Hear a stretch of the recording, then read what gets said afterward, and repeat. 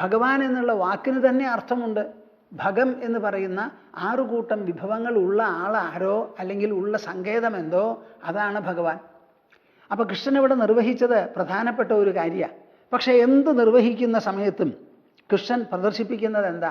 നമുക്ക് സഹജമായിട്ടുള്ള ഒരു സാമ്യം, ഒരു സൗമ്യഭാവം വേണം. ഒരാളോട് നമ്മളൊരു കാര്യം പറയുകയാണെങ്കിൽ ആ പറഞ്ഞ് വല്ലവിധവും അയാളെ കൊണ്ട് കേൾപ്പിക്കുക എന്നുള്ളൊരു നിർബന്ധത്തോടു കൂടി നമ്മൾ പറഞ്ഞോളണമെന്നില്ല. മനസ്സിലാക്കാനും ഗ്രഹിക്കാനും പറ്റിയ തരത്തിൽ എന്തെല്ലാം അതിൽ യുക്തിസഹത്വമുണ്ടോ, വൈകാരികമായ പ്രേരണകളുണ്ടോ, അത്യാവശ്യം പ്രലോഭനങ്ങൾ പോലും നല്ല കാര്യങ്ങൾക്ക് കൊടുക്കാം. അതൊക്കെയാണ് ഇപ്പോൾ പറഞ്ഞത്.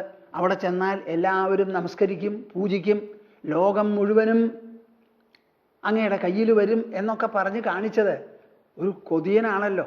പ്രതാപം വേണമെന്നൊരു അഭിപ്രായം ഉണ്ടല്ലോ. അതാണല്ലോ അംഗരാജ്യമൊക്കെ മേടിക്കാൻ കൊടുത്തപ്പോൾ മേടിച്ചത്. അപ്പം ഇതെല്ലാം പറഞ്ഞു കൊടുത്ത് കർണനൊരു അവസരം കൊടുക്കുക എന്നുള്ളതായിരുന്നു ഉദ്ദേശം. അപ്പുറത്ത് അവസരം കൊടുത്തത് എന്തിനാ? വേണ്ടതുപോലെ ചിന്തിച്ച് സന്ധിക്ക് തയ്യാറായി യുദ്ധം ഒഴിവാക്കാൻ. ഇവിടെ ഇപ്പോൾ കർണനോട് പറയുകയാണ്, സത്യം ഇതാണ്, ഇത് മനസ്സിലാക്കി സഹോദരന്മാരോട് കൂടി തൻ്റെ എല്ലാ കാര്യങ്ങളും നേരെയാവാനുള്ളൊരു വഴിയുണ്ട് എന്ന് പറഞ്ഞു കൊടുത്തു. കർണന് അതിന് ചില മറുപടികൾ പറയാനുണ്ടായിരുന്നു. ഞാനൊരു അഭിപ്രായം നിങ്ങളോട് പറയുമ്പോൾ നിങ്ങളത് കേൾക്കും. കേട്ട് കഴിഞ്ഞതിന് ശേഷം നിങ്ങളുടെ വായുടെ ഉള്ളിലോ മനസ്സിൻ്റെ ഉള്ളിലോ കിടന്ന് അത് കേൾപ്പിക്കണം എന്നൊരു ഉദ്ദേശം നമുക്ക് ഉണ്ടാവരുത്. അങ്ങനെയാണല്ലോ ഈശ്വരൻ, പ്രകൃതി നമുക്ക് എല്ലാവർക്കും സ്വതന്ത്രമായി ചിന്തിക്കാനും സ്വതന്ത്രമായ വാസനാബലം പിന്തുടരാനും ഉള്ള ഒരു അവസരം നൽകിയിരിക്കുന്നത്. അതുകൊണ്ടല്ലേ ലോകത്തിൽ ബഹുമുഖത്വം. വിഡംബ്യതേ ഭിന്നരുചിർഹി ലോക. ഭിന്നരുചിക്കാരാണ് നമ്മൾ. അതുകൊണ്ടാണ് ഇവിടെ സർവ്വവിധത്തിലുള്ള വിഡംബനവും ദുഃഖവും ഒക്കെ ഉണ്ടാവുന്നത്. അപ്പോൾ അത് പറഞ്ഞതിന് ശേഷം കൃഷ്ണൻ മനസ്സിലാക്കി കർണൻ സ്വീകരിക്കുന്ന മട്ടില്ലാന്ന്.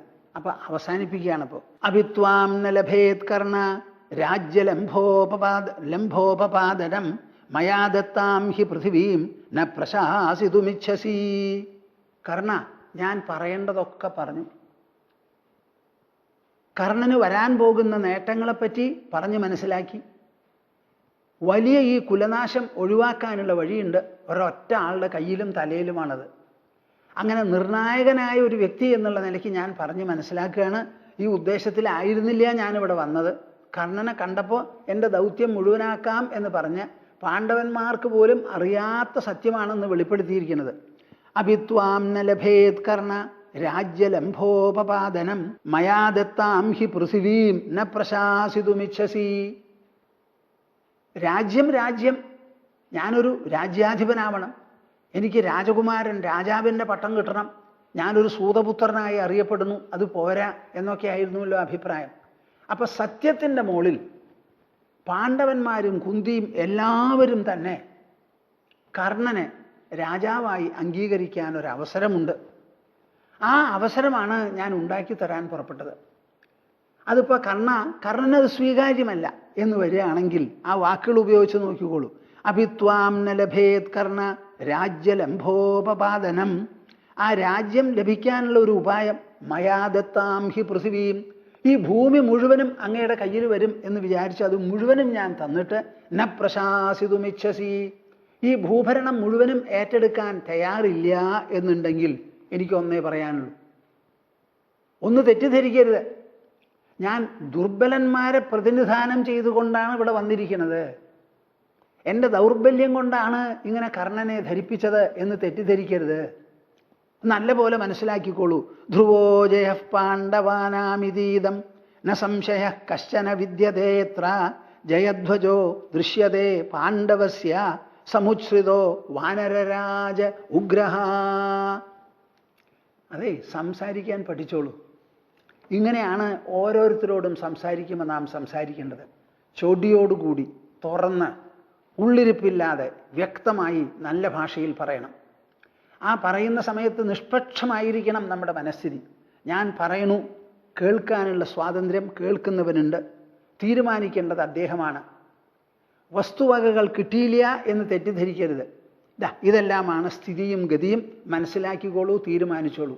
അപ്പം ഞാൻ പറഞ്ഞതിന് ഒരു വിലയുമില്ല, പ്രയോജനമില്ല എന്നാണല്ലോ മനസ്സിലായത്. ഇനി എനിക്ക് പറയാനുള്ളത് കേട്ടോളൂ. ധ്രുവോ ജയ പാണ്ഡവാനാമിതീദം ന സംശയ കശ്ചന വിദ്യതേത്ര. ഈ യുദ്ധത്തിൽ ആര് ജയിക്കും എന്നുള്ള കാര്യത്തിൽ കർണ ഒരു സംശയവും വേണ്ട. കർണൻ ഭവാന്റെ പ്രതാപത്തിൽ ഇങ്ങനെ തുള്ളിച്ചാടുന്നുണ്ടല്ലോ. എന്നോട് എന്താ പറഞ്ഞത്? ധനഞ്ജയനോട് പോയി പറഞ്ഞ് എന്നോടുകൂടി പോര് ചെയ്യാൻ കൂട്ടിക്കൊണ്ടുവരൂ എന്നാ പറഞ്ഞത്. അപ്പൊ ധനഞ്ജയനുമായി പോരു കൂടിയതിന് ശേഷം ധനഞ്ജയനെ തോൽപ്പിക്കാം എന്നുള്ളൊരു അഭിപ്രായമൊക്കെ ഉണ്ടാവും. എന്നാൽ അങ്ങനെയല്ല ഉണ്ടാവാൻ പോണത്.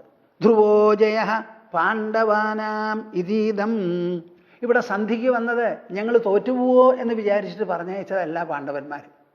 അവർക്ക് ഈ വംശത്തിനോടൊരു സ്നേഹമുണ്ട്. ധൃതരാഷ്ട്രനാകട്ടെ, ഭീഷ്മനാകട്ടെ, ദ്രോണനാകട്ടെ, വിതുരനാകട്ടെ, ഇവരൊക്കെ അവർക്ക് സംപൂജ്യരാണ്. അവരാണ് ഇപ്പോഴും ഇവിടെ മേലാളന്മാർ. അവരുടെ കീഴിലാണ് ദുര്യോധനും ധൃതരാഷ്ട്രനും എല്ലാവരും. ധൃതരാഷ്ട്രനെ അടക്കം അവർക്ക് ആദരവാണ്. ഗാന്ധാരിയെയും ആദരവാണ്. അവരുടെ അച്ഛൻ ഇല്ലല്ലോ ഇപ്പോൾ. അപ്പം അവർക്ക് അങ്ങേയറ്റം ആദരവുള്ളത് കൊണ്ട്, ആദരണീയരായ പലരും ഈ പക്ഷത്തിലുള്ളത് കൊണ്ട് അവരുടെ മുൻപിൽ ഒരു രക്തച്ചൊരിച്ചലോ അവരുടെ വംശം കുട്ടികൾ മരിക്കണതോ കാണാൻ അവർ തയ്യാറില്ല. അതിന് ഹേതുവാവണതും അവർക്ക് ഇഷ്ടമല്ല. അപ്പം അവസാനത്തെ പ്ലാവല ഞെട്ടിപോലും അവർ മറിച്ചിടും എന്ന് തീരുമാനിച്ചിട്ടാണ് എന്നെ പറഞ്ഞയച്ചത്. പക്ഷെ അവർ ദുർബലന്മാരാണെന്ന് വിചാരിക്കരുത്. പാണ്ഡവന്മാർക്ക് ഈ യുദ്ധത്തിൽ ജയം ധ്രുവ നിശ്ചയമാണ്. ധ്രുവോ ജയ പാണ്ഡവാനാമിതീതം ന സംശയ കശ്ചന വിദ്യതേത്ര. ഈ കാര്യത്തിൽ ഒരു സംശയവും ആവശ്യമില്ല. കാരണം വളരെ തെളിച്ചത്തോടുകൂടി, ദാർഢ്യത്തോടുകൂടി, ഉറപ്പോടുകൂടി വരാൻ പോകുന്ന ഭവിഷ്യത്ത് എന്താണെന്ന് അറിഞ്ഞുകൊണ്ടാണ് ഞാൻ സംസാരിച്ചത്. ജയധ്വജോ ദൃശ്യതേ പാണ്ഡവസ്യ സമുച്ഛ്രിതോ വാനരരാജ ഉഗ്രഹ. ഈ യുദ്ധത്തിലും അത് കഴിഞ്ഞതിന് ശേഷവും ആ കപിധ്വജനായിരിക്കുന്ന ധനഞ്ജയനുണ്ടല്ലോ, ആ ധനഞ്ജയന്റെ രഥത്തിൽ ആ കപിധ്വജം പാറി പറക്കുന്നത് കാണാം. അതാണ് ഇവിടെ ജയിക്കാൻ പോകുന്നത്. വാനരരാജ ഉഗ്രഹ. അത്യുഗ്രമായി, ഉജ്ജ്വലമായി ആ കൊടിക്കൂറ പറക്കും എന്നുള്ളത് നല്ല പോലെ ഉറപ്പിച്ചോളൂ. ധ്രുവോ ജയ പാണ്ഡവാനാമിതീതം ന സംശയ കശ്ചന വിദ്യതേത്ര. ജയധ്വജോ ദൃശ്യതേ പാണ്ഡവസ്യ സമുച്ഛ്രിതോ വാനരരാജ ഉഗ്രഹ. നോക്കൂ, ആ പറഞ്ഞു നിർത്തുന്നതിൽ പോലും കൃഷ്ണന്റെ വാക്കുകളിൽ കർണന് ഗ്രഹിക്കാനും തൻ്റെ നിലപാട് തിരുത്തണമെങ്കിൽ തിരുത്താനുമുള്ള ഒരവസരമുണ്ട്. ആ അവസരത്തോടു കൂടിയിട്ടാണ് തൻ്റെ സംവാദം അവസാനിപ്പിക്കുന്നത് കൃഷ്ണൻ. എന്നിട്ട് പറയുകയാണ്, തീരുമാനിച്ചുല്ലോ, ഞാൻ പറയണത് അംഗീകരിക്കില്ല എന്ന്. ശരി. ബ്രൂയാഹ കർണയിതോ ഗത്വ ദ്രോണം ശാന്തനവം കൃപം സൗമ്യോയം വർത്തതേ മാസഃ സുപ്രാപയവസേന്ധനഃ. ബ്രൂയാഹ കർണയിതോ ഗത്വ ദ്രോണം ശാന്തനവം കൃപം സൗമ്യോയം വർത്തതേ മാസഃ സുപ്രാപയവസേന്ധനഃ. അവിടെ ചെന്ന് കർണ പറയണം. ആരോട് പറയണം? ആദ്യമായിട്ട് ഈ യുദ്ധം ഇവർക്ക് എല്ലാവർക്കും, പാണ്ഡവന്മാർക്കും കൗരവന്മാർക്കും പഠിപ്പിച്ചു കൊടുത്ത ആചാര്യനുണ്ടല്ലോ, ആ ആചാര്യനോട് പറയണം. അദ്ദേഹം പഠിപ്പിച്ചു കൊടുത്ത കലയും അസ്ത്രശസ്ത്ര വിദ്യയുമാണ് ഇരു കൂട്ടരും കുരുക്ഷേത്രത്തിൽ പ്രയോഗിക്കാൻ പോകുന്നത്. അതുകൊണ്ട് ദ്രോണനോട് ആദ്യം പറയൂ, ശാന്തനവം കൃപം. ശന്തനുപുത്രനായ ഭീഷ്മനോട് പറയൂ, കൃപാചാര്യനോടും പറയൂ, സൗമ്യോയം വർത്തതേ മാസഃ സുപ്രാപയവസേന്ധനഃ. ദാ സമയമായി, ഏറ്റവും നല്ല മാസമാണ്. ഈ സമയത്താണ് കുതിരകൾക്ക് ധാരാളം പുല്ലും ഗോതമ്പും യവസ്സും ഒക്കെ ഉണ്ടാകുന്ന കാലം. അപ്പോൾ സുഭിക്ഷമായിരിക്കുന്ന സമയമാണ്. കുതിരകൾക്കൊന്നും പട്ടിണിയില്ല, ധാരാളം തിന്നാനൊക്കെ കിട്ടും, മനുഷ്യർക്കും കിട്ടും. നല്ല സമയമാണ്. സപ്തമാച്ചാപി ദിവസാത് അമാവാസ്യ ഭവിഷ്യതി സംഗ്രാമോ യുജ്യതാം തസ്യാം തമാഹു ശക്രദേവതാം. സപ്തമാച്ചാപി ദിവസാത് അമാവാസ്യ ഭവിഷ്യതി. നമ്മുടെ എല്ലാ ദിവസങ്ങളും ഒരു ഭാഗത്ത് സൂര്യനെ ആശ്രയിച്ചാണ് ഇരിക്കുന്നത്. സൂര്യൻ ഉദിച്ചാൽ ദിനം തുടങ്ങി, അസ്തമിച്ചാൽ രാത്രി വന്നു, പിറ്റേ ദിവസത്തോടു കൂടി 24 മണിക്കൂറായി, പുതിയ ദിവസമായി. അതിൽ പിന്നെ ഒരു മാറ്റമുള്ളത് ചന്ദ്രൻ്റെ കലകൾ വന്നും പോയും ഇരിക്കുന്ന 2 പക്ഷങ്ങളാണ്. അതിൽ ചന്ദ്രൻ പൂജ്യമാണ് അമാവാസി ദിവസം. ആ അമാവാസിക്ക് ശേഷം പിന്നെ പൗർണമിയാണ്. ആ പൗർണമിക്ക് ഓരോരോ കലയായി വന്ന് പൂർണ്ണ ചന്ദ്രനാകും. അപ്പം നമുക്ക് എപ്പോഴും ശുക്ലപക്ഷമാണ് വിശേഷമായിട്ടുള്ളത്. കൃഷ്ണപക്ഷം അത്ര ഇല്ല എന്ന് പറയും. അപ്പം അമാവാസി ദിവസം പിറ്റേ ദിവസം മുതൽക്ക് ശുക്ലപക്ഷം തുടങ്ങുകയാണ്. അപ്പം ഇന്ന് മുതൽക്ക് 7-ാം ദിവസം അമാവാസിയാണ്. സംഗ്രാമോ യുജ്യതാം തസ്യാം. ആ അമാവാസിക്ക് നമുക്ക് യുദ്ധം തുടങ്ങാമെന്ന്. കേൾക്കുന്നുണ്ടോ നിങ്ങൾ? കൃഷ്ണനാ പറഞ്ഞുകൊണ്ട് പോണത്, പാണ്ഡവന്മാരല്ല പറയുന്നത്, കൃഷ്ണനാണ് പറയുന്നത്. ദൂത് പറഞ്ഞത് കേട്ടില്ലല്ലോ, കർണനും അനുസരിക്കാൻ തയ്യാറില്ലല്ലോ. ഇനി പിന്നെ എന്താ വേണ്ടേ? യുദ്ധം തന്നെ പ്രഖ്യാപിച്ച് പറഞ്ഞ് മനസ്സിലാക്കി കൊടുക്കുകയാണ്. അമാവാസി ദിവസം 7-ാം നാൾ നമുക്ക് യുദ്ധം തുടങ്ങാം. തസ്യാം തമാഹു ശക്രദേവതാം. ഇന്ദ്രനാണ് അന്നേ ദിവസം ദേവത. എല്ലാം കൊണ്ടും വളരെ നല്ല ദിവസമാണ്. സപ്തമാച്ചാപി ദിവസാത് അമാവാസ്യാ ഭവിഷ്യതി സംഗ്രാമോ യുജ്യതാം തസ്യാം തമാഹു ശക്രദേവതാം. സാധാരണ തെക്കോട്ട് വടക്കോട്ട് കിഴക്കോട്ടൊക്കെ പോകുമ്പോൾ ശൂലം നോക്കണം, നല്ല നാൾ നോക്കണം, നക്ഷത്രം നോക്കണം എന്നൊക്കെ പറയും. അമാവാസി ദിവസം പുറപ്പെടുമ്പോൾ ഒന്നും നോക്കണ്ട എന്നാ പ്രമാണം. ആ അമാവാസിയാണ് തിരഞ്ഞെടുത്തത്. നമുക്ക് സ്വാതന്ത്ര്യം കിട്ടിയത് എപ്പോഴാ? അർദ്ധരാത്രി 12 മണിക്കാ സ്വാതന്ത്ര്യം. ആരെങ്കിലും ഇങ്ങനെ സ്വാതന്ത്ര്യം പ്രഖ്യാപിച്ചിട്ടുണ്ടോ എന്ന് നമുക്കറിയില്ല. എനിക്കതിൽ സന്തോഷമുണ്ട്. എന്താ, ഇന്നുമല്ല നാളെയല്ല, അങ്ങനെ രണ്ടുമല്ലാത്തൊരു സ്ഥലം ഒരു വിശേഷപ്പെട്ടതാണ്. അതാണ് ഏറ്റവും വിശേഷപ്പെട്ടത്. എല്ലാറ്റിൻ്റെയും മധ്യത്തിലാണല്ലോ സത്യം കിടക്കുന്നത്. സത്യം എന്നൊരു ഭാഗം, അസത്യം എന്ന് വേറൊരു ഭാഗം. ശരിയായിട്ടുള്ള സത്യം എവിടെയാ? ഈ സത്യവും അസത്യവും രണ്ടുമല്ലാതെ രണ്ടിനെയും ഉൾക്കൊണ്ട് രണ്ടിനെയും വേറെടുത്തി അങ്ങനെ ഇരിക്കുന്നതാ ശരിയായിട്ടുള്ള സത്ത. നമ്മുടെ രണ്ട് ചിന്തകൾക്ക് മധ്യയാണ് പരമാത്മാവും പരമസത്യവും ഉള്ളത്. രാപ്പകൽക്ക് നടുക്കിലാണ് സത്യം കിടക്കുന്നത്. ഒരു ശ്വാസം ഉള്ളിലേക്ക് പോയി പുറത്തു വരുന്നു. അത് രണ്ടിൻ്റെയും മധ്യത്തിലാണ് പരമാത്മ സ്പർശം നമുക്ക് ഉണ്ടാവാനുള്ള സാധ്യത. അപ്പം 7-ാം ദിവസം അമാവാസി ദിവസം നമുക്ക് പുറപ്പെടാം. അഭിത്വാം കൃഷ്ണ പശ്യാമ ജീവന്തോസ്മാൻ മഹാരണാത് സമുത്തീർണ മഹാബാഹോ വീരക്ഷത്ര വിനാശനാത്. കർണനപ്പോൾ ബോധ്യായി, കൃഷ്ണനിതാ യുദ്ധവും കൂടി തുടങ്ങാനുള്ള തീയതി വരെ നിശ്ചയിച്ചിട്ടാണ് ഇനി പോകുന്നത്. അപ്പം ഇനി യുദ്ധത്തിൽ ഇനി ഒന്നും ബാക്കിയില്ല. ഇനി യുദ്ധം നടത്തേ വേണ്ടൂ തിരിച്ചു പോയി കഴിഞ്ഞാൽ. ഈ പറഞ്ഞ മാതിരി 7-ാം നാൾ. അത് കേട്ടിട്ട് കർണൻ പറയുക, കർണനും ഉപായപ്പെട്ടവനല്ലല്ലോ, എന്തൊക്കെ പറഞ്ഞാലും സൂര്യപുത്രനാണ്, കുന്തിക്ക് ജനിച്ചവനാണ്, ഉപായത്തിലൊന്നും പെട്ട ആളല്ല. വളരെ പവിത്രതയോടുകൂടിയുള്ള ജന്മമാണ്. കന്യയിൽ നിന്ന് ജനിക്കുക എന്ന് പറഞ്ഞാൽ പവിത്ര ജന്മമാണ്. അഭിത്വാം കൃഷ്ണ പശ്യാമ ജീവന്തോ അസ്മാൻ മഹാരണാത് സമുത്തീർണ മഹാബാഹോ വീരക്ഷത്രവിനാശനാത്. 11-7 18 അക്ഷൗഹിണി സേനയാണ് അണിനിരക്കാൻ പോകുന്നത് കുരുക്ഷേത്രത്തിൽ. ഗംഭീരമായിട്ടുള്ള യുദ്ധം നാളുകളോളം ആഴ്ചകളോളം നടക്കും.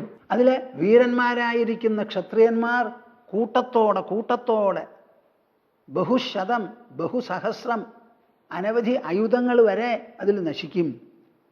ആ നശിക്കാൻ പോകുന്ന യുദ്ധത്തിൽ അസ്മാൻ മഹാരണാത് സമുത്തീർണ, എന്തെങ്കിലും കാരണത്താൽ ഞങ്ങൾ ജയിച്ചു ഈ യുദ്ധത്തിൽ എന്നുണ്ടെങ്കിലോ നമുക്ക് നേരിട്ട് ഇതുപോലെ കാണാം. അഭിത്വാം കൃഷ്ണ പശ്യാമ ജീവന്തോസ്മാൻ മഹാരണാത് സമുത്തീർണ മഹാബാഹോ വീരക്ഷത്ര വിനാശനാത്. അനവധി ക്ഷത്രിയന്മാർ നശിക്കും. ആ നശിക്കുന്നതിൽ നശിക്കാതെ ഞാനും എൻ്റെ കൂട്ടരും ജയിച്ചു എന്നിരിക്കട്ടെ, മരിക്കുന്നതിന് സാധ്യതയുണ്ടല്ലോ. അങ്ങനെ ജയിച്ചാൽ നമുക്ക് രണ്ടുപേർക്കും നേരിട്ട് കണ്ടുമുട്ടാം. അഥവാ സംഗമ കൃഷ്ണ സ്വർഗേനോ ഭവിതാ ധ്രുവം തത്രേതാനീം സമേഷ്യാമഃ പുനഃസാർദ്ധം ത്വയാനഘ. അതല്ലെങ്കിലോ കൃഷ്ണ, എനിക്ക് പറയാനുള്ളത്, ഈ യുദ്ധത്തിൽ പടപൊരുതി എനിക്ക് വീരമൃത്യു വരും. അങ്ങനെ വന്നാലോ സ്വർഗം ഉണ്ടാവും. ആ സ്വർഗത്തിൽ നമുക്ക് രണ്ടുപേർക്കും കൂടി കണ്ടുമുട്ടാം. ഇപ്പം നമ്മൾ കണ്ടുമുട്ടിയതുപോലെ ഇനി കണ്ടുമുട്ടാൻ പോകുന്നത് സ്വർഗലോകത്തിലാണ്. അഥവാ സംഗമ കൃഷ്ണ സ്വർഗേനോ ഭവിതാ ധ്രുവം തത്രേതാനീം സമേഷ്യാമഃ പുനഃസാർദ്ധം ത്വയാനഘ. ഇപ്പം ഞാൻ അങ്ങയെ കണ്ടു, സംസാരിച്ചു കുറേ നേരം. വളരെ പ്രധാനപ്പെട്ട ഒരു സംസാരമാണ്. ഇനി കാണാൻ പോകുന്നത് എപ്പോഴാ? യുദ്ധാനന്തരം. ആ യുദ്ധാനന്തരത്തിൽ 2 ഭവിഷ്യത്താണ്. ഒന്ന്, അതിൽ ജയിച്ചാൽ ഇതേപോലെ ശരീരത്തോടുകൂടി നമുക്ക് കണ്ടുമുട്ടാം. അല്ലെങ്കിലോ മരിച്ചു കഴിഞ്ഞാൽ സ്വർഗത്തിലാകട്ടെ നമ്മുടെ സമാഗമം. ഇത്യുക്ത്വാ മാധവം കർണഃ പരിഷ്വജ്യ ച പീഡിതം വിസർജിതഃ കേശവേന രഥോപസ്ഥാത് അവാതരത് ഇത്യുക്ത്വാ മാധവം കർണഃ പരിഷ്വജ്യ ച പീഡിതം. ഈ സംഭാഷണം വളരെ വിശേഷപ്പെട്ടതാണ്, മർമ്മസ്പൃക്കാണ്, നിർണായകമാണ്. ആ നിർണായക സംഭാഷണത്തിൽ കൃഷ്ണൻ പറയുന്നത് ഒരു നിലയ്ക്ക് ചെവിക്കൊള്ളുന്നു, പക്ഷെ മനസ്സിൽ കൊള്ളുന്നില്ല. ആര്? കർണൻ. എന്നിട്ട് അവസാനം ഒന്നിലോ ജയിച്ച് നമുക്ക് പിന്നെയും കണ്ടുമുട്ടാം, അല്ലെങ്കിൽ സ്വർഗത്തിലാവാം എന്നിങ്ങനെ ഉറപ്പിച്ച് പറയാനുള്ളൊരു കാരണം എന്താ എന്ന് ചോദിച്ചാൽ അത് അദ്ദേഹം തന്നെ സൂചിപ്പിക്കുന്നുണ്ട്. വിദിതം മേ ഹൃഷീകേശ യതോ ധർമ്മസ്തതോ ജയ. കാര്യം, ഞാൻ ദുര്യോധന പക്ഷത്തിലാണ് നിന്ന് യുദ്ധം ചെയ്യാൻ പോകുന്നത്. അതിന് ഒരിളക്കവും ഇല്ല എന്ന് ഞാൻ കൃഷ്ണ അങ്ങയോട് പറഞ്ഞു കഴിഞ്ഞു. പക്ഷേ ഇവിടെ ഒരു കാര്യമുണ്ട്. ദുര്യോധനും ഞാനും ഭീഷ്മനും ദ്രോണരും ഇവരൊക്കെ ഒരു ഭാഗത്തായിക്കോട്ടെ, ഇതൊക്കെ വിട്ട് ലോകത്തിൻ്റെ ഗതിവിഗതികളെ മുഴുവനും നിയന്ത്രിക്കുന്ന ഒരു വിശേഷപ്പെട്ട ഒരു വ്യവസ്ഥയുണ്ട്. അതാണ് ധർമ്മം. ആ ധർമ്മത്തിൻ്റെ കീഴിലാണ് ഇവിടെ എല്ലാം നടക്കുന്നത്. ഭൂമി തിരിയുന്നതും സൂര്യചന്ദ്രന്മാർ പ്രകാശിക്കുന്നതും കാറ്റ് വീശുന്നതും വെള്ളം ഒഴുകുന്നതും അഗ്നി ജ്വലിക്കുന്നതും എല്ലാം ഈ ധർമ്മത്തിൻ്റെ കീഴിലാണ്. അപ്പോൾ ആ വിശ്വത്തിന് മുഴുവൻ സന്ധാരണം ചെയ്ത് പരിലസിക്കുന്ന പ്രശോഭിക്കുന്ന ധർമ്മമുണ്ടല്ലോ, ആ ധർമ്മം എവിടെ ഉണ്ടോ അവിടെയാണ് ജയം. അത് നമ്മുടെ ഭാഗത്തില്ല എന്നുള്ളത് എനിക്ക് നല്ലപോലെ അറിയാം. യഥോ ധർമ്മസ്തതോ ജയ. ഇത് കർണൻ വരെ അംഗീകരിക്കുന്നു എന്നുള്ളതാണ് നമ്മുടെ മഹാഭാരതത്തിലുള്ള വിവരണത്തിൻ്റെ ഏറ്റവും പ്രസക്തമായ ഭാഗം. ഇത്രയൊക്കെ നല്ല കർണൻ എന്തിനു നശിച്ചു? ആ കർണൻ യുദ്ധം ചെയ്യുന്ന സമയത്ത് യുദ്ധത്തിൽ നിർണായകമായ ചില സന്ദർഭങ്ങളൊക്കെ ഉണ്ട്, എല്ലാവരുടെ മനസ്സിനെയും ഞെട്ടിക്കുന്നതും വേദനിപ്പിക്കുന്നതും. കർണനും അർജുനനുമായി യുദ്ധം ചെയ്യുന്ന സമയത്ത് കർണൻ്റെ ചക്രം ചളിയിൽ ആണ്ടുപോയി. അതെടുത്തുയർത്താൻ വേണ്ടി സാരഥയ്ക്ക് പറ്റിയില്ല. കർണൻ താഴത്തേക്ക് ഇറങ്ങി. അദ്ദേഹം തന്നെ പിടിച്ചങ്ങോട്ട് പൊക്കാൻ പുറപ്പെട്ടപ്പോഴാണ് കൃഷ്ണൻ പറയുന്നത്, കാത്തിരിക്കരുത്, ഇപ്പം തന്നെ എഴുതോളൂ അമ്പ് എന്ന്. അങ്ങനെ കൃഷ്ണൻ പറയാൻ പാടുണ്ടോ എന്നൊക്കെ നിങ്ങൾ ചോദിക്കും പലരും. അതും അതിലും മീതിയും പറയും. എന്തിനു വേണ്ടി? യഥോ ധർമ്മസ്തതോ ജയ. ആ കർണൻ ധർമ്മത്തിന് വേണ്ടി പൊരുതിയോ അതോ അധർമ്മത്തിന് വേണ്ടി പൊരുതിയോ? അധർമ്മത്തിന് വേണ്ടി പൊരുതാനാണ് അവിടെ ഭീഷ്മൻ വന്നിരിക്കുന്നത്, ദ്രോണൻ വന്നിരിക്കുന്നത്. ഇനി ദ്രോണൻ്റെ കാര്യം ഞാൻ വിവരിക്കുമ്പോൾ നിങ്ങളറിയാം അദ്ദേഹത്തിൻ്റെ മനസ്സിൽ എന്തായിരുന്നു എന്ന്. ഭീഷ്മൻ്റെ മനസ്സിൽ എന്താ? യുധിഷ്ഠിരൻ വന്ന് നമസ്കരിച്ചപ്പോൾ പറയുകയാണ്, പ്രീതോഹം പുത്രയുദ്ധസ്വ എന്ന്. എനിക്ക് വളരെ സന്തോഷമായി, യുദ്ധം ചെയ്യേ, ജയമാപ്നുഹി പാണ്ഡവ എന്നാണ് പറഞ്ഞത്. നിനക്ക് ജയം വരട്ടെ എന്ന്. കാര്യങ്ങൾ ഞങ്ങൾ ഇവിടെ ഇരുന്ന് യുദ്ധം ചെയ്യണു എന്നുണ്ടെങ്കിലും ജയം നിങ്ങൾക്കാണ് വരേണ്ടത്. ഞങ്ങളെപ്പോലെയുള്ള മഹാരഥന്മാരെല്ലാവരും ദുര്യോധൻ്റെ പക്ഷത്തിൽ ഇനി 1000 പേരും കൂടി വന്നോട്ടെ. എന്നാലും അധർമ്മം എത്രത്തോളം കാലം അവൻ പുൽകുന്നുവോ അത്രത്തോളം കാലം അവൻ നശിച്ചേ തീരൂ. അങ്ങനെ ആ ദുര്യോധനെ നശിപ്പിക്കാൻ വേണ്ടി, കീഴടക്കാൻ വേണ്ടി എന്തെല്ലാം വ്യതിയാനം വേണമോ അതും കൂടി പ്രയോഗിക്കേണ്ടി വരും. അത് ബാക്കിയുള്ളവർ ചൂളി നിൽക്കണു, മടിക്കണു. ആ സമയത്താണ് കൃഷ്ണൻ എല്ലാറ്റിൻ്റെയും പരിരക്ഷകനായി നിഷ്പക്ഷമതിയായിരിക്കുന്ന കൃഷ്ണൻ പറയുക. കൃഷ്ണന് പറയാൻ എന്തിനു മടിക്കണം? അദ്ദേഹമല്ലേ പോയി പറഞ്ഞത് ആരോട്? കർണനോട് രഹസ്യമായി. കർണ കേൾക്കൂ, കേൾക്കൂ, അവസാനത്തെ നിമിഷം ഇതാ സുവർണ അവസരം. എന്താ തനിക്ക് ആവശ്യം? എനിക്ക് പ്രതാപം വേണം, എനിക്ക് പ്രതാപം വേണം. ആ പ്രതാപം മുഴുവനും കിട്ടും. അതെന്തിൻ്റെ പേരിലാ? ഒരു സത്യത്തിൻ്റെ പേരിലാ. ഇപ്പം വളർന്നു വന്നത് മുഴുവൻ അസത്യത്തിൻ്റെ പേരിലാണ്. ഒരു അംഗരാജ്യത്തിൻ്റെ കിരീടം കിട്ടി എന്ന് വിചാരിച്ച് സന്തോഷിച്ച് അതിൻ്റെ പേരിലുള്ള കൃതജ്ഞത, ആ കൃതജ്ഞതയുടെ നിർബന്ധത്തിലാണല്ലോ ദുര്യോധൻ്റെ പക്ഷത്തിൽ താൻ എൻ്റെ മിത്രമാണ്, മിത്രമാണ്, മിത്രധർമ്മം, മിത്രധർമ്മം. എന്ത് മിത്രധർമ്മം? മിത്രൻ എന്ന് പറഞ്ഞാൽ ആരാ? ഒരു കാട്ടുകള്ളനെ മിത്രത്വം പിടിച്ചിട്ട് താൻ എൻ്റെ മിത്രനാണ് എന്ന് പറഞ്ഞ് ഒരു കള്ളൻ്റെ കൂടെ കൂടാൻ പറ്റുമോ നമുക്ക്? അപ്പോൾ ഇതിൽ ഒരു സത്യം കിടന്ന് കളിക്കണം. അതാണ് നമ്മൾ മനസ്സിലാക്കേണ്ടത്. അപ്പോൾ യഥോ ധർമ്മസ്തതോ ജയഃ എന്ന് പറയുന്ന കാര്യം പരിപൂർണമായി അംഗീകരിച്ചുകൊണ്ട് പറയുകയാണ്. ഇത്യുക്ത്വാ മാധവം കർണഃ പരിഷ്വജ്യ ച പീഡിതം വിസർജിതഃ കേശവേന രഥോപസ്ഥാത് അവാതരത്. അങ്ങനെ പറയുമ്പോൾ പറയാണ്, ഭീഷ്മൻ സർവ്വ ആൾക്കാരെയും കൊല്ലും, അർജുനനും മിണ്ടാതിരിക്കില്ല, യുധിഷ്ഠിരനും പോരാത്തവനല്ല, അവരുടെ എല്ലാം മുൻപിൽ നിന്ന് എല്ലാവരും മരിക്കാനാ പോണത്. അപ്പം എനിക്കും നാശം ശരിയാണെന്ന് ഉറപ്പിച്ചിട്ടാണ് കർണൻ പോകുന്നത്. അപ്പം ആരും പറഞ്ഞില്ല, കേട്ടില്ല, അവസരം കൊടുത്തില്ല എന്നൊന്നും പറയരുത്. എല്ലാ കാര്യങ്ങൾക്കും ചുക്കാൻ പിടിക്കുന്ന ആ കൃഷ്ണ പരമാത്മാവ് തന്നെ ചെന്ന് കർണന് ഇതിൽ നിന്ന് ഒഴിവാവാനുള്ള സുവർണാവസരം സൃഷ്ടിച്ച് അവസാനത്തെ നിമിഷത്തിൽ കൊടുത്ത് അത് കർണൻ സ്വയം നിഷേധിച്ചുകൊണ്ട് കൃഷ്ണൻ മടങ്ങിപ്പോവാണ്. ഇത്യുക്ത്വാ മാധവം കർണഃ പരിഷ്വജ്യ ച പീഡിതം വിസർജിതഃ കേശവേന രഥോപസ്ഥാത് അവാതരത്.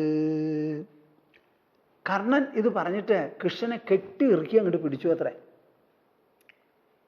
കെട്ടി ഇറുക്കി അങ്ങോട്ട് പിടിച്ചു കൃഷ്ണനെ. നോക്കണം, നിങ്ങൾ മനസ്സിലാക്കണം, ഇതാണ് മനുഷ്യധർമ്മം എന്ന് പറയുന്നത്. ആരോടെങ്കിലും സംസാരിക്കുമ്പോൾ മുഖം ചുവന്നുകൊണ്ട് സംസാരിക്കുക, സംസാരിച്ചു കഴിഞ്ഞ് പറഞ്ഞത് കേട്ടില്ലെങ്കിൽ ദേഷ്യപ്പെട്ട് ഓടുക, അങ്ങനെയൊന്നുമല്ല. അഭിപ്രായ സ്വാതന്ത്ര്യം എല്ലാവർക്കും ഉണ്ട്. നിങ്ങൾക്ക് എന്ത് പറയണോ അത് പറയാം. ആ പറയുന്നത് കേൾക്കുന്ന ആൾ കേൾക്കും. എന്നിട്ട് തീരുമാനത്തിനുള്ള സ്വാതന്ത്ര്യം നമ്മൾ കൊടുക്കണം. അപ്പം എന്താ തീരുമാനം? ഞാൻ പക്ഷം മാറാൻ പോകുന്നില്ല. ഓ അങ്ങനെയാണോ, ആയിക്കോട്ടെ, അതിൻ്റെ ഭവിഷ്യത്തെന്തോ അത് വരട്ടെ എന്ന് പറഞ്ഞ് അങ്ങോട്ട് ആലിംഗനം ചെയ്തു. അവിടെയാണ് കർണൻ്റെ യോഗ്യത എൻ്റെ അഭിപ്രായത്തിൽ. ആലിംഗനം ചെയ്ത് അത് കഴിഞ്ഞ് കൃഷ്ണൻ വിട്ടു. മതി നമ്മുടെ ആലിംഗനം എന്ന് തീരുമാനിച്ചു. അങ്ങനെ അഴച്ചതിന് ശേഷം രഥോപസ്ഥാത് അവാതരത്. കൃഷ്ണൻ ആ രഥത്തിൽ നിന്ന് അവർ താഴത്തിറങ്ങി, അവർ രണ്ടുപേരും പിരിയുക. ഇങ്ങനെ ഒരു സംഭവം അവിടെ ഉണ്ടായി എന്ന് നിങ്ങളെല്ലാവരും മനസ്സിലാക്കണം. ഇതിൽ നിന്ന് ഗ്രഹിക്കേണ്ടത് എന്താ? നമ്മുടെ ഈ ഭഗവത്ഗീത എന്ന് പറയുന്നത് അർജുനന് യുദ്ധം ചെയ്യാൻ വയ്യാതെയായപ്പോൾ യുദ്ധം ചെയ്യിപ്പിക്കാൻ വേണ്ടി കൊടുത്ത ഉപദേശമാണ്. എന്തുകൊണ്ട് അർജുനന് വയ്യാതെയായി? എന്താ ഈ യുദ്ധം ചെയ്യുന്നതിന് മടി? അതൊക്കെയാണ് നമുക്ക് മനസ്സിലാവേണ്ടത്. ഈ യുദ്ധം വാസ്തവത്തിൽ ചെയ്യേണ്ടതായിരുന്നുവോ? ഗുരുനാഥനെ പോലും നേരിടേണ്ട ഒരു യുദ്ധമാണത്. മുത്തശ്ശനെയും നേരിടേണ്ട യുദ്ധമാണ്. എളുപ്പമല്ല. പക്ഷെ അവരെല്ലാവരും ഇതിൽ പങ്കാളികളായി. സർവ്വ ആൾക്കാരും വിചാരിക്കണത് ഈ യുദ്ധം പാടില്ല എന്ന്. ആ വാക്കുകളെയൊക്കെ നിരസിച്ചുകൊണ്ടാണ് ദുര്യോധനന്റെ പോക്ക്. ആ ദുര്യോധനന് ഏക ബലമായിട്ടുള്ള ആളാണ് ആരെ? ഈ കർണൻ. ഭീഷ്മൻ പറഞ്ഞു കഴിഞ്ഞു, എന്ത്? ഞാൻ സേനയുടെ തലവനായിട്ട് ഇരിക്കുകയാണെങ്കിലും പാണ്ഡവന്മാരും എനിക്ക് വേണ്ടപ്പെട്ടവരാണ്. ഞാൻ നിന്റെ പക്ഷത്തിൽ നിന്ന് യുദ്ധം ചെയ്യണു എന്നതിരിക്കട്ടെ, പക്ഷേ പാണ്ഡവന്മാരോട് ശത്രുത എനിക്കില്ല, അവരും എനിക്ക് വേണ്ടപ്പെട്ടവനാണെന്ന് ഭീഷ്മൻ നല്ല പോലെ സൂചിപ്പിച്ചു കഴിഞ്ഞു. ദ്രോണനോ രണ്ടുപേരും ശിഷ്യന്മാരാ. അർജുനനാണ് ഏറ്റവും കണ്ണിലുണ്ണിയായിരിക്കുന്ന ശിഷ്യൻ. ആ അർജുനനാണ് മറുഭാഗത്ത്, ദ്രോണൻ ഇപ്പുറത്താ. അപ്പം നമുക്ക് ആലോചിക്കാം ഇവർ രണ്ടുപേരുടെ മനസ്സിൻ്റെ ഉള്ളിലത്തെ തൂക്കം എങ്ങടാണെന്നുള്ളത്. അപ്പം അങ്ങനെ ഒരു യുദ്ധമാണ് ഇവിടെ നടക്കാൻ പോണത്. അപ്പം ഇതിൽ നിർണായകമായ ഒരു പങ്ക് വഹിക്കാൻ പോകുന്നത് കർണനാണ്. ആ കർണനെ വിളിച്ച് നേരിട്ട് സംസാരിച്ച് പറയേണ്ടതൊക്കെ പറഞ്ഞതിന് ശേഷവും കർണൻ്റെ നിലപാട് തീരുമാനിച്ചപ്പോൾ ആലിംഗനത്തോടുകൂടി അവരങ്ങോട്ട് അവസാനിപ്പിച്ചു പോയി. ഇതാണ് സഭ്യത എന്ന് പറഞ്ഞാൽ. നിങ്ങൾ ആരോട് എന്ത് സംസാരിക്കുമ്പോഴും ഇങ്ങനെ കയറ്റിപ്പിടിച്ചൊന്നും സംസാരിക്കണ്ട. പറയാനുള്ളത് പറയുക, സ്വാതന്ത്ര്യം കൊടുക്കുക. ഈ ലോകം പലതും കണ്ടിട്ടുണ്ട്. ഈ ലോകം പുതിയതായിട്ടൊന്നും കാണാനില്ല. മഹാഭാരത യുദ്ധത്തിൽ കവിഞ്ഞ ലോകത്തിൽ എന്താ ഉണ്ടാവാനുള്ളത്? ഒന്നുമില്ല. അതൊക്കെ കണ്ടിട്ടുള്ളതാണ് ഈ ലോകം. നമുക്കൊരു പുതിയ തലയിലെഴുത്തൊന്നുമില്ല. നല്ല പോലെ അങ്ങോട്ട് വിടർത്തി തല ഉയർത്തിപ്പിടിച്ച് ഹൃദയം തുറന്നു വേണം നമ്മൾ കാണാനും കേൾക്കാനും സംസാരിക്കാനും ആശയവിനിമയം ചെയ്യാൻ. ഒന്നിനെ കണ്ട് നമ്മൾ പേടിക്കരുത്. വരട്ടെ. എന്താ വരിക? ഇങ്ങനെ നിൽക്കണ ശരീരം ഇങ്ങനെയാവും. ഇത്രയല്ലേ ഉള്ളൂ, വേറെ ഒന്നുമില്ലല്ലോ. ഇവിടെ ജനിച്ചവരെല്ലാം ഒരു കാലത്തും കൂടുതൽ മരിച്ചുപോയവരാ. ഒട്ടും പേടിക്കാനില്ല. ഇതാണ് നമ്മുടെ മനസ്സിൽ എപ്പോഴും നമ്മൾ മനസ്സിലാക്കേണ്ടത്. എന്തു പറയാനും സ്വാതന്ത്ര്യം മനുഷ്യർക്കുണ്ട്. അതൊക്കെ കേൾക്കാനുള്ള അവകാശം നമുക്കുണ്ട്. കേട്ടതിന് ശേഷം അതിൽ നല്ലതും ചീത്തയും തിരഞ്ഞെടുത്ത് ചീത്ത തള്ളിക്കളഞ്ഞ് നല്ലത് സ്വീകരിച്ച് അതിൻ്റെ ഭവിഷ്യത്തുകൾ എന്തോ അത് അനുഭവിക്കാം. ഇപ്പം കർണൻ തീരുമാനിച്ചത് എന്താ? എനിക്കറിയാം ഈ യുദ്ധത്തിൻ്റെ ഭവിഷ്യത്ത് എന്താണെന്ന്. അങ്ങനെയൊക്കെ ആയാലും എൻ്റെ നിലപാട് ഞാൻ മാറ്റാൻ പോകുന്നില്ല. എൻ്റെ ഉള്ളിൽ ഒരു കുതിപ്പുണ്ട്. ആ കുതിപ്പ് എന്താ? അർജുനനോട് പൊരുതണം. ബാക്കി 4 പേരെ ഞാൻ വിട്ടുകളയാം. അർജുനനോട് പൊരുതണം എന്നുള്ളൊരു അഭിപ്രായം മനസ്സിലുണ്ട്. അതാണ് ഇവിടെ കാണുന്നത്. ബാക്കിയൊക്കെ വിട്ടുകളയാണ് ഈ ഒരൊറ്റ കാര്യം. അതിന് ഉപോദ്ബലകമായി കുറേ ന്യായങ്ങളും തർക്കങ്ങളും ആർഗ്യുമെൻസും ഒക്കെ കൊണ്ടുവരുന്നുണ്ട്. ശ്രീമദ് ഭാഗവതത്തിൽ കൃഷ്ണന്റെ അവസാനത്തെ ഉപദേശം ഉദ്ധവനെ നോക്കി. ആ കൊടുത്തത് നമ്മൾ കുറേ കാലമായി സംസാരിച്ചുകൊണ്ടിരുന്നു. അത് നിർത്തിയതിന് ശേഷമാണല്ലോ ഭഗവത്ഗീതയിലേക്ക് ഒരു പ്രയാണം തുടങ്ങിയത്.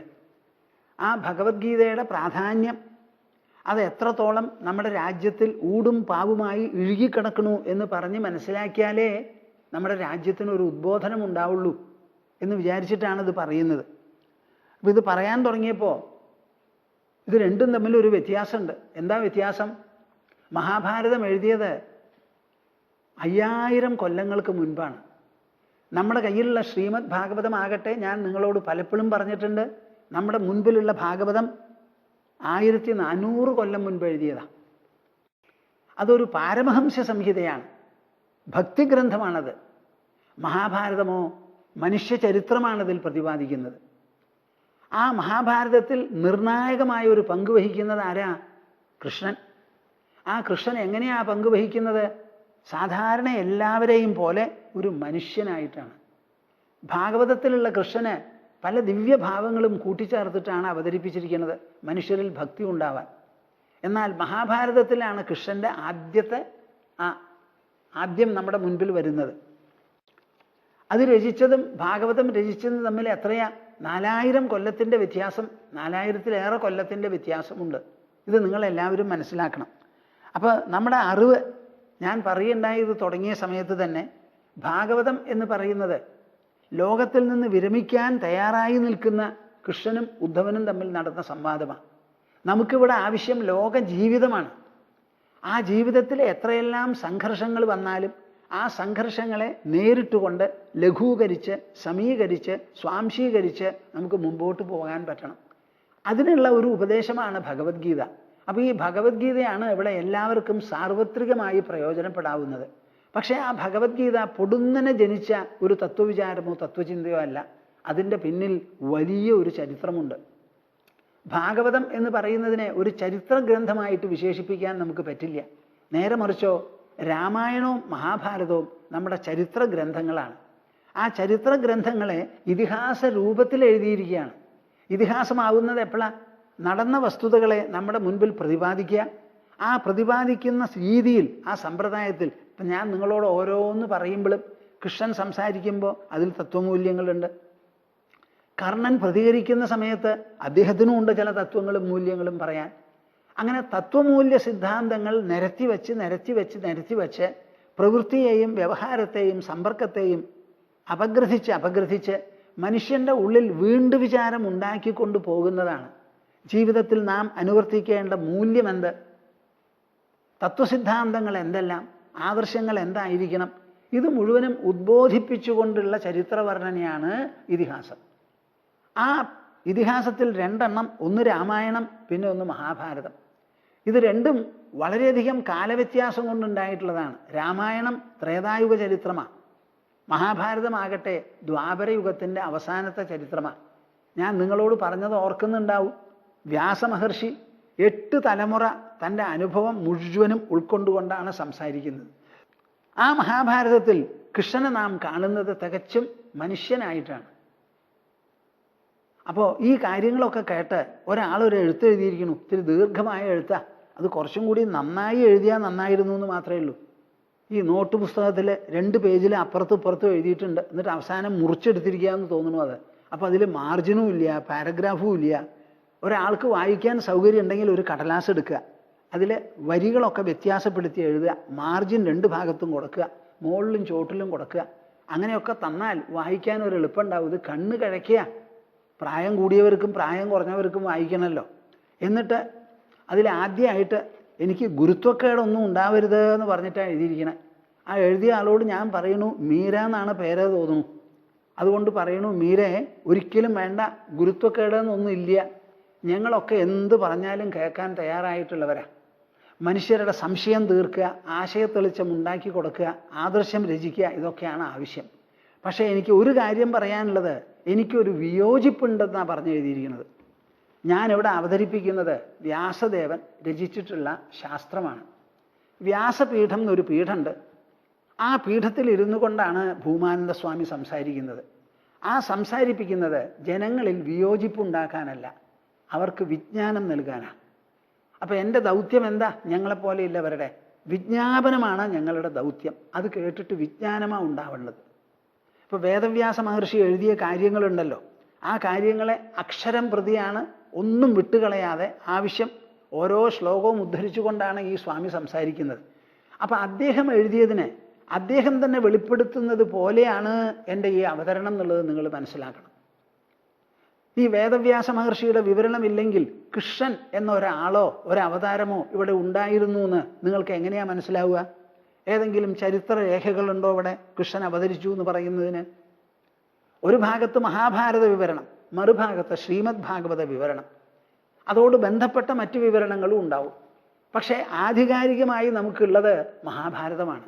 ആ മഹാഭാരതത്തിന് 5ാമത്തെ വേദം എന്നാണ് പറയുക. അപ്പൊ വേദങ്ങൾക്ക് എത്രത്തോളം സ്വയം പ്രമാണത്വമുണ്ടോ അത്രത്തോളം സ്വയം പ്രമാണമാണ് എന്ത്? മഹാഭാരതം. ആ മഹാഭാരതത്തിൻ്റെ ഓരോ ഭാഗങ്ങളാണ് ഞാൻ അവതരിപ്പിക്കുന്നത്. ഈ കൃഷ്ണൻ മനുഷ്യനല്ല എന്ന് വെച്ചാൽ പിന്നെ ആരാ? അദ്ദേഹം ജനിച്ചത് ദേവകിക്കാണ്, വളർത്തിയത് യശോദയ്ക്കാണ്, മുല കൊടുത്താണ് വളർത്തിയത്. കുട്ടിക്കാലം മുതൽക്ക് വയസ്സായി വളർന്ന് 125 വയസ്സ് വരെ വളർന്നു. അദ്ദേഹം തന്നെ പറയണത് എന്താ? അവജാനന്തി മാം മൂഢ മാനുഷീം തനുമാശ്രിതം പരംഭാവമജാനന്തോ മമ ഭൂതമഹേശ്വരം. ആ കൃഷ്ണന്റെ ശരീരം കൊണ്ട് ശ്രീകൃഷ്ണൻ മനുഷ്യനാണ്. എന്നാൽ മനുഷ്യത്വത്തിൻ്റെ ഉള്ളിൽ കിടക്കുന്ന മനസ്സും ബുദ്ധിയും അടങ്ങുന്ന ചേതനാത്മകമായ ഭാവമുണ്ടല്ലോ, അതിനാണ് പരമഭാവം. അത് എല്ലാവർക്കും ഉണ്ട്, എല്ലാവരും അറിയണമില്ല. അദ്ദേഹം അത് അറിഞ്ഞവനായിരുന്നു. അപ്പോൾ മാനുഷീം തനുമാശ്രിതം, മനുഷ്യ ശരീരത്തെ ആശ്രയിച്ച് എൻ്റെ പരമഭാവം ആരും അറിയാതെ പോണു എന്ന് ഭഗവത്ഗീതയിൽ പറയുന്നുണ്ട്. ഈ ശ്ലോകത്തിന് എന്താ അർത്ഥം? നല്ലോണം ആലോചിച്ച് നോക്കൂ. അദ്ദേഹം ജനിച്ചത് മനുഷ്യനായിട്ടാണല്ലോ, അപ്പോഴല്ലേ മനുഷ്യ ചെയ്തികൾ ചെയ്യാൻ പറ്റുള്ളൂ. നമ്മൾ വിവരിക്കുന്നത് മുഴുവൻ ഇപ്പൊ കൃഷ്ണന്റെ ബാലലീലകളുണ്ട്, യുവകഥകളുണ്ട്, വൃദ്ധചരിതങ്ങളുമുണ്ട്. ഇതൊക്കെ നമ്മൾ വായിക്കണം. അതേമാതിരി കൃഷ്ണൻ മഹാഭാരതത്തിൽ ചെയ്ത മനുഷ്യചരിതങ്ങളാണ് ഇവിടെ വേദവ്യാസൻ പ്രകീർത്തിക്കുന്നത്. അതിൻ്റെ വിവരണമാണ് ഞാൻ നൽകുന്നത്. അതുകൊണ്ട് കൃഷ്ണൻ മനുഷ്യകൃഷ്ണൻ തന്നെയാണ്, അല്ലാണ്ട് മൃഗകൃഷ്ണനല്ല, മത്സ്യകൃഷ്ണനല്ല, വരാഹകൃഷ്ണനല്ല. മത്സ്യ ഒരു അവതാരം, കൂർമ്മം ഒരു അവതാരം, വരാഹം ഒരു അവതാരം, അങ്ങനെ പലതും ഉള്ളതുപോലെ രാമോ രാമശ്ച രാമശ്ച കൃഷ്ണ, ബലരാമൻ, പരശുരാമൻ, ശ്രീരാമൻ, ദാ കൃഷ്ണൻ, ഇതൊക്കെ മനുഷ്യൻ്റെ അവതാരം തന്നെയാണ്. അപ്പം അത് അങ്ങനെ അല്ല എന്ന് നിങ്ങൾ ആരും പറയാൻ പുറപ്പെട്ടാൽ ശരിയാവുമെന്ന് എനിക്ക് തോന്നുന്നില്ല. ഈ സ്വാമിജി അത് വകവെച്ച് തരൂല്ല. പിന്നെ ഇതിൽ വിയോജിപ്പല്ല നമുക്ക് ആവശ്യം, അവരവർക്ക് ജ്ഞാനമാണ്. അപ്പോൾ ഈ വിയോജിപ്പ് എന്ന് എഴുതിയപ്പോൾ ഞാൻ ആലോചിച്ച് നോക്കുകയാണ്. ഞാൻ സംസാരിക്കണു, ഈ സംസാരിക്കണത് കേട്ട് ഗ്രഹിക്കണമോ, ഗ്രഹിക്കാൻ പറ്റാത്തത് ചിന്തിച്ചു നോക്കണമോ, അതോ ഇതിൽ വിയോജിപ്പും കുറിപ്പുമായിട്ട് വരണോ? ഇനി ഞങ്ങളെപ്പോലെയുള്ളവർ സംസാരിക്കുമ്പോൾ എങ്ങനെയാണ് സംസാരിക്കുക? ഭാഗവതം ഒരു പാരമഹംസ്യ സംഹിതയാണ്. പരമഹംസനാണത് എഴുതിയിരിക്കുന്നത്. ആ പരമഹംസന്മാർ അത് ചർച്ച ചെയ്താലേ അതിൻ്റെ ശരിയായിട്ടുള്ള അർത്ഥവും വ്യാപ്തിയും കൂടി വരുള്ളൂ. ഇതാ കേൾക്കാൻ ഞാൻ മുമ്പ് പറഞ്ഞ കാര്യമാണ്, ഒന്നും കൂടി പറയാം. എന്താണ് സന്ദർഭം? നമ്മുടെ സനകാദികൾ എല്ലാവരും കൂടി വൈകുണ്ഠത്തിൽ പോയി. വൈകുണ്ഠത്ത് പോയപ്പോൾ ജയവിജയന്മാർ തടുത്തു നിർത്തിയപ്പോൾ രജസ്തമോഭ്യാം രഹിതേ പാദമൂലേ മധുദ്വിഷ. ഈ വൈകുണ്ഠത്തിൽ രജോ ഗുണവും തമോ ഗുണവും ഉണ്ടപ്പാ. ഇത് സത്വഗുണമാണല്ലോ ഇവിടെ കാണേണ്ടത്. ഇത് ഞങ്ങളെ കാണാൻ ചെറുപ്പക്കാരാണ്, അവർക്ക് വൈകുണ്ഠത്തിൽ വരാനുള്ള യോഗ്യതയില്ല, മീശ മുളച്ചിട്ടില്ല എന്ന് വിചാരിച്ച് ഞങ്ങളെ അകറ്റി നിർത്താനാണോ ഇവിടെ ഗേറ്റ് കീപ്പേഴ്സിനെ വച്ചിരിക്കുന്നത്? അതോ ഞങ്ങളെപ്പോലുള്ളവർ വന്നാൽ അത് ആദരവോട് കൂടി കടത്തുവിടാനോ? ജയവിജയന്മാർക്ക് പഴച്ചു. ഒരു ശാപ കൊടുത്തു അവർ. 3 ജന്മം അസുര യോനികളിൽ ജനിക്കൂ എന്ന് പറഞ്ഞ് അവരങ്ങനെ താഴ്ത്തുപോയി. എന്നിട്ടോ ഇവരങ്ങോട്ട് കടന്നു ചെന്നപ്പോൾ മഹാവിഷ്ണു അവിടെ ഇരിക്കുകയാണ്.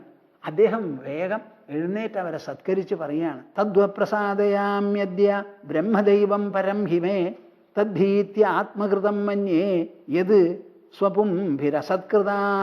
അയ്യോ അയ്യോ, ക്ഷമിക്കണേ. കേൾക്കുന്നുണ്ടോ നിങ്ങൾ? പരമഹംസന്മാർക്ക് മാത്രമേ ഇങ്ങനെ മഹാവിഷ്ണുവിനെ കൊണ്ട് സംസാരിപ്പിക്കാൻ പറ്റുള്ളൂ.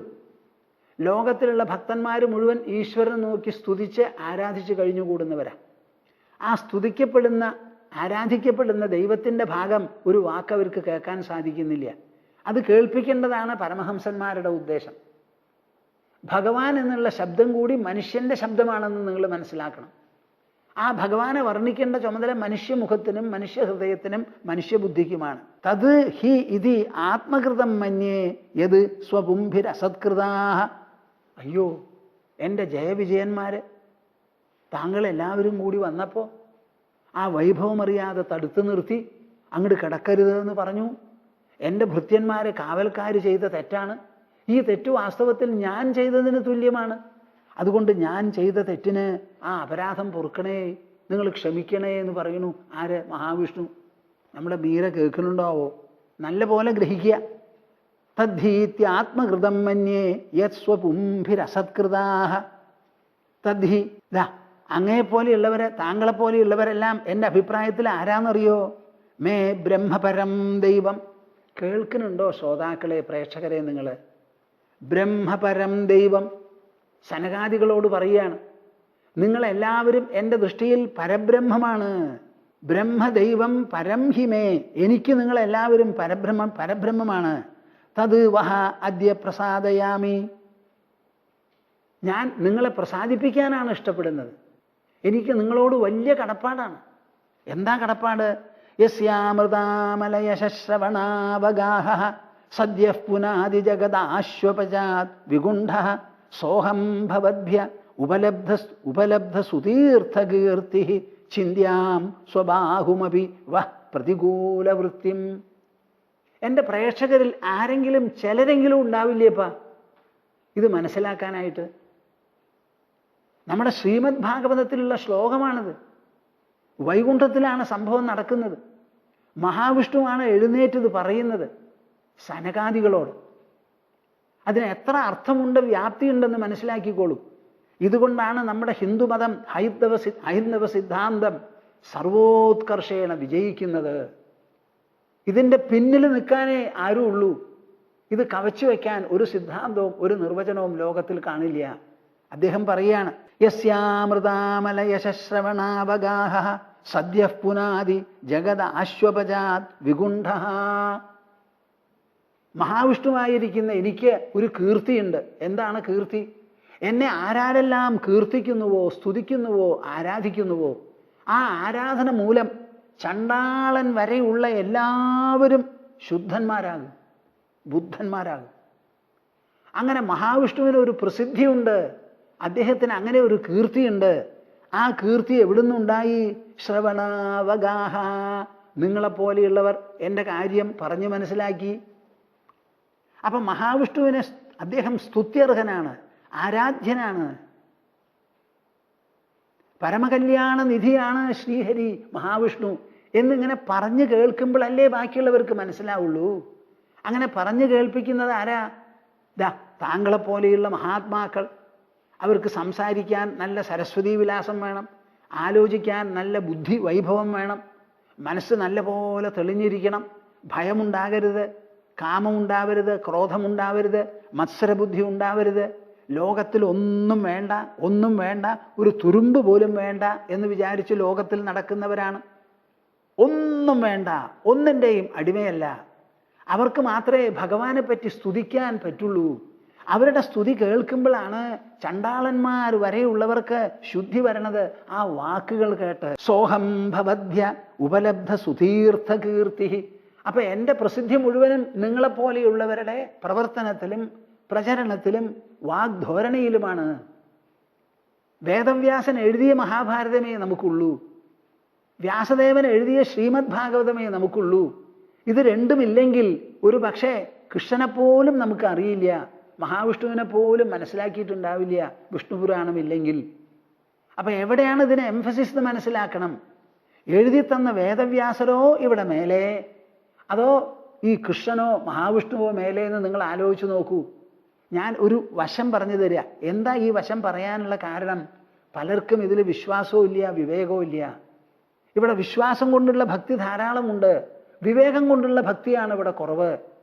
വിശ്വസിക്കുന്നത് ആരാ? അത്ര വിവേകമൊന്നും വേണ്ട, കണ്ണടച്ചങ്ങോട് വിശ്വസിക്കാം എല്ലാവർക്കും. വിവേകമുള്ളവർക്കോ അത് പോരാ, ബുദ്ധിയും യുക്തിയുമായി അത് സമ്മതിക്കണം. നമ്മുടെ ശാസ്ത്രത്തിൽ യുക്തിസഹമാണ് സർവശാസ്ത്ര പ്രസ്താവനകളും. സോഹം ഭവദ്ഭ്യ ഉപലബ്ധ സുതീർത്ഥകീർത്തി ചിന്യാം സ്വബാഹുമപി വഹ് പ്രതികൂലവൃത്തിം.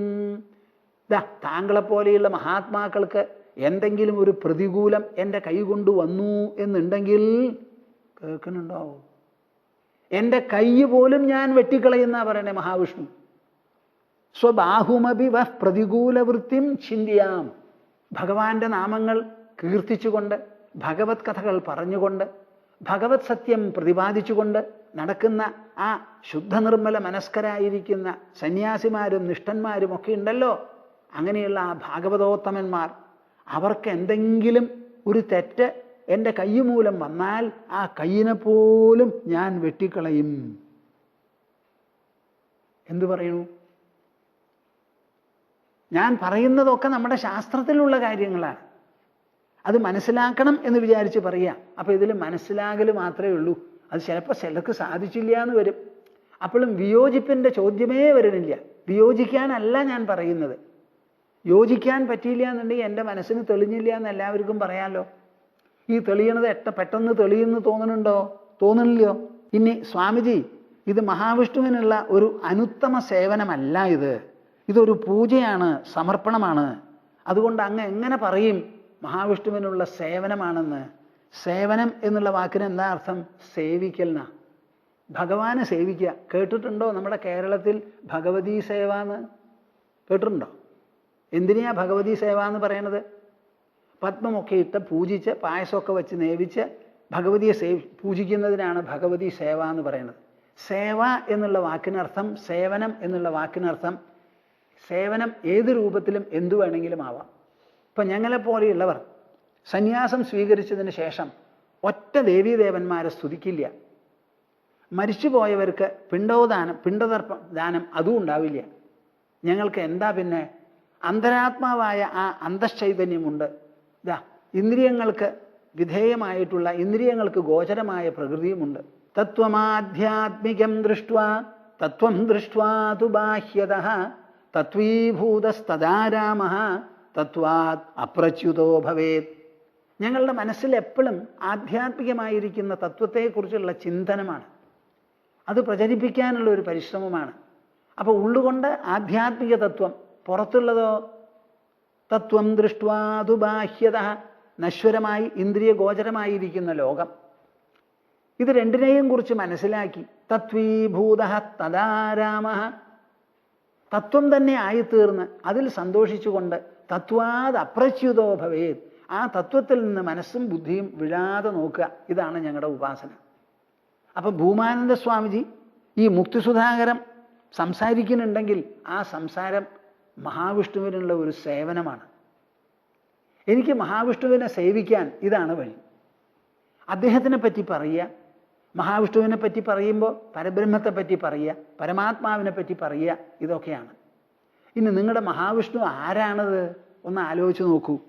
എന്താ പറഞ്ഞിരിക്കുന്നത്? ശ്രീമദ് ഭാഗവതത്തിൽ ആദ്യമേ സൂതൻ വന്നിരുന്നു പറയാൻ. അപ്പം അവിടെ ബ്രാഹ്മണരുണ്ട്, സന്യാസിമാരുണ്ട്, വിദ്വാൻമാരുണ്ട്, കേസരികളുണ്ട്, എല്ലാവരും ഉണ്ട്. എല്ലാവരും കൂടി ഒരു ചോദ്യം ചോദിച്ചു. ആരോട്? സൂതനോട്. എന്താ ചോദിച്ചത്? സൂതൻ എന്ന് പറഞ്ഞാൽ വലിയ പണ്ഡിതനാ, എല്ലാവർക്കും വലിയ ആരാധനയാണ് അദ്ദേഹത്തെ സംബന്ധിച്ചിടത്തോളം. അത്രത്തോളം വായിച്ച് ഇതിഹാസങ്ങളും പുരാണങ്ങളും വേദങ്ങളും ശാസ്ത്രങ്ങളും എല്ലാം അറിയാം. അപ്പം അങ്ങ് ഇതിഹാസ പുരാണാദി വേദാദി സർവ്വതും പഠിച്ചിട്ടുള്ള ആണാണല്ലോ. ഇതിൽ അനവധി കാര്യങ്ങൾ പറയുന്നുണ്ട്. ഇതിലെല്ലാറ്റിലും കൂടി എസെൻസ് കാതലും കഴുമ്പുമായിട്ടുള്ളത് എന്താ ഒന്ന് പറഞ്ഞു തരാമോ എന്ന് ചോദിച്ചു. ഉടനെ സൂതൻ ഒരു സംശയം ഉണ്ടായില്ല. സൂതൻ പറയാണ്. എന്താ പറയണത്? വദന്തി തത്വവിദഃ തത്വം യജ്ഞാനമദ്വയം ബ്രഹ്മേതി പരമാത്മേതി ഭഗവാനിതി ശബ്ദതേ. വദന്തി തത്വവിദഃ തത്വം യജ്ഞാനമദ്വയം. അറിവുള്ളവർ, തത്വവിദഃ അറിവുള്ളവർ പറയുന്നു. നിങ്ങൾ ചോദിച്ചതിൻ്റെ മറുപടി തത്വം യജ്ഞാനമദ്വയം. ഇത് ഞാൻ എത്ര തവണ പറയണം? തത്വം യജ്ഞാനമദ്വയം, തത്വം യജ്ഞാനമദ്വയം. ഒരു തത്വമുണ്ട്. തത്വം എന്നുള്ള വാക്കിന് എന്താ അർത്ഥം? അതൊരു വസ്തുവല്ല. ഇതുപോലെ മണ്ണ് പോലെയോ വെള്ളം പോലെയോ കാറ്റ് പോലെയോ ചന്ദ്രന്മാരെ പോലെയോ ആകാശത്തെ പോലെയോ പ്രത്യക്ഷമായിട്ടുള്ള ഒരു തത്വമല്ല. അത് മനസ്സിനും ബുദ്ധിക്കും ഭാവനാരൂപത്തിൽ, ആശയരൂപത്തിൽ അവിടെ തെളിഞ്ഞു വരുന്നതാണ്. ഇപ്പോൾ ഇൻഫിനിറ്റി എന്ന് പറഞ്ഞു, അനന്തത. അനന്തത എവിടെയാ കാണിച്ചു തരാൻ ആർക്കെങ്കിലും പറ്റുമോ? ശൂന്യം, പൂജ്യം എന്ന് പറഞ്ഞു, ആർക്കാ കാണിച്ചു തരാൻ പറ്റുമോ? പൂജ്യം, ശൂന്യം ഒന്ന് കാണിച്ചു തരൂ, അനന്തതയൊന്ന് കാണിച്ചു തരൂ. എന്നാൽ അനന്തത എന്നൊരു ഭാവം നമ്മുടെ മനസ്സിലുണ്ടല്ലോ. അപ്പം മനസ്സിനും ബുദ്ധിയും സ്പഷ്ടമായി തെളിഞ്ഞുദിക്കുന്നതാണ് തത്വങ്ങൾ. തത്വം യജ്ഞാനമദ്വയം, ഏത് തത്വമാണോ അദ്വയജ്ഞാനമായിട്ടുള്ളത് അതാണ് അറിയപ്പെടേണ്ടത്. എസൻസ് അതാണെന്ന്. ജ്ഞാനം ദ്വയം, അദ്വയം എന്ന് രണ്ടാ. ദ്വയം എന്ന് പറഞ്ഞാൽ എന്താ? കാണുന്നവൻ, കാണപ്പെടുന്നത്, ഞാൻ, നീ, അവൻ, ഇവൻ, ഇതൊക്കെ വേർതിരിച്ചുള്ള അറിവാണ്. ഇപ്പൊ ഭൂമി ഖരവസ്തു, ജലം ദ്രവവസ്തു, വായു വാതരൂപത്തിലുള്ളത്, തീയോ അത് ഊർജരൂപത്തിലുള്ളത്. ഇങ്ങനെ ഒന്നിനൊന്ന് വ്യത്യസ്തപ്പെടുത്തി കണ്ട് അറിഞ്ഞുകൊണ്ടിരിക്കുന്നതാണ് നമ്മുടെ മനസ്സിലും ബുദ്ധിയിലുമുള്ള അറിവ് മുഴുവനും. എന്നാൽ ഇത് മുഴുവനും ഇല്ലാതെയായി അവസാനം നമുക്ക് തോന്നും നമ്മുടെ മനസ്സിൽ നിന്ന് ഒരു ചിന്ത പുറപ്പെടുന്നു. ആ ചിന്ത എവിടുന്നാ പുറപ്പെടുന്നത്? മനസ്സിൽ നിന്ന്. ചിന്തിക്കാതെ ഇരിക്കുമ്പോൾ മനസ്സിൻ്റെ നില എന്തായിരുന്നു? ചിന്തിക്കാൻ തുടങ്ങിയപ്പോഴോ ഒരു ചിന്തകനായി. ആ ചിന്തകൻ എവിടുന്നാ പുറപ്പെട്ടത്? അതിന് മുമ്പുള്ള നിലയിൽ നിന്ന്. അവിടെ ചിന്തകനുണ്ടോ? ഇല്ല. അങ്ങനെ ചിന്തകൻ ചിന്തിക്കാൻ പുറപ്പെട്ടപ്പോഴല്ലേ ചിന്ത വന്നത്. അപ്പൊ ചിന്തകൻ, ചിന്തനം, ചിന്ത, ഇത് മൂന്നിൻ്റെയും ഉറവിടം എന്താ? അതിന് മുൻപിലുള്ളത്. അവിടെ വല്ല വകഭേദങ്ങളുണ്ടോ? ഇല്ല. നമ്മൾ കിടന്നുറങ്ങി, എണീറ്റു, സ്വപ്നം കണ്ടു, ഈ മൂന്നെണ്ണവും നമുക്കുള്ള അവസ്ഥാവിശേഷങ്ങളാണ്. ആർക്കാണ് ഈ മൂന്നവസ്ഥയും? ഞാൻ തന്നെയാണ് ഉറങ്ങിയത്, ഞാൻ തന്നെയാണ് എഴുന്നേറ്റിരിക്കുന്നത്, ഞാൻ തന്നെയാണ് സ്വപ്നം കണ്ടത്. ഈ മൂന്നെണ്ണവും എനിക്കുള്ളതാ. അപ്പം ഞാൻ സ്വപ്നമാണോ, ഉറക്കമാണോ, അതോ ഉണർവാണോ? മൂന്നുമല്ലല്ലോ. മൂന്നും എന്നിൽ നിന്ന് പുറപ്പെടുന്നു. ഞാൻ മൂന്നുമാണെന്ന് പറയാൻ പറ്റില്ല. ഉറക്കമുള്ളപ്പോൾ ഉണർവില്ല, ഉണർവുള്ളപ്പോൾ സ്വപ്നമില്ല, സ്വപ്നമുള്ളപ്പോൾ ഉറക്കമില്ല. അങ്ങനെ അന്യോന്യം നിരാകരിച്ചു പോകുന്നതാണ്. അപ്പം നിരാകരിക്കപ്പെടാത്തതായ ഒരു സത്യമുണ്ട്. അതാണ് അദ്വയജ്ഞാനം. ആ അദ്വയജ്ഞാനം എന്ന് പറയുന്നത് ആരിലുണ്ടാവും? മനുഷ്യനിൽ. എവിടെ ഉണ്ടാവും? ബുദ്ധിയിൽ. അല്ലെങ്കിൽ ബുദ്ധിക്കും അപ്പുറത്തുള്ള ഘടകത്തിൽ, ഉള്ളിൻ്റെ ഉള്ളിലുണ്ടാവും. ആ അദ്വയജ്ഞാനത്തെയാണ് ലോകം വേറെ, ഈശ്വരൻ വേറെ, ഞാൻ വേറെ, ഇങ്ങനെ വേറെടുത്താതെ എല്ലാം ഒന്നായി തീരുന്ന ഒരു സ്ഥിതിവിശേഷമുണ്ട്. ആ തത്വമാണ് വാസ്തവത്തിൽ അദ്വയജ്ഞാനം. ആ അദ്വയജ്ഞാനത്തെയാണ് ബ്രഹ്മേതി പരമാത്മേതി ഭഗവാനിതി ശബ്ദതേ. അതിനെയാണ് ബ്രഹ്മം എന്ന് പറയുന്നത്, അതിനെയാണ് ഭഗവാൻ എന്ന് പറയുന്നത്, അതിനെയാണ് പരമാത്മാ എന്ന് പറയുന്നത്. ഇപ്പൊ മനസ്സിലായോ നിങ്ങൾക്ക്? ഭഗവാൻ എന്നുള്ള വാക്കിന് പോലും അർത്ഥം എന്താണെന്ന് കൃഷ്ണൻ പറയുകയാണ്. എന്ത്?